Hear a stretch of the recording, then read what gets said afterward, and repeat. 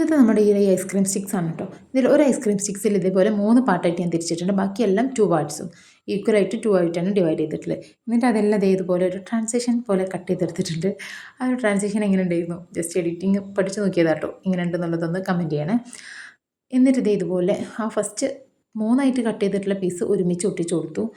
പിന്നെ ബാക്കിയുള്ളത് ഇതുപോലെ ഒരു അറേഞ്ച് ചെയ്ത് കൊടുത്തു. ഈ ഒരു തിക്നെസ് കുറഞ്ഞിട്ടുള്ള ഐസ്ക്രീം സ്റ്റിക്കിന് പകരം നിങ്ങൾക്ക് തിക്കായിട്ടുള്ളതും എടുക്കാം കേട്ടോ. ഞാനത് തിക്നെസ് കുറഞ്ഞത് കോഫി മിക്സിങ്ങിൻ്റെ സ്റ്റിക്ക് ഉണ്ടല്ലോ, അതാണ്. അതിൻ്റെ കയ്യിലുള്ളതുകൊണ്ട് ഞാൻ അത് എടുത്തതേ ഉള്ളൂ.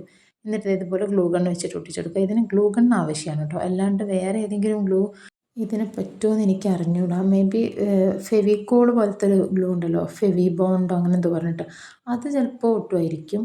ഇങ്ങനെ ഇതുപോലെ സ്റ്റിക്കായിട്ട് നിൽക്കുമായിരിക്കും. അതിനെപ്പറ്റി എനിക്ക് അറിഞ്ഞൂടാ ഇത് സ്റ്റിക്കാവോ എന്നുള്ളത്. ഞാനിതിൽ ഗ്ലൂ ഗൺ തന്നെയാണ് യൂസ് ചെയ്തിട്ടുള്ളത്. പിന്നെ അതിൽ നമ്മൾ പിസ്താഷ്യൽ ടുലിപ്സാണ് വെച്ചെടുത്തിട്ടുള്ളത്.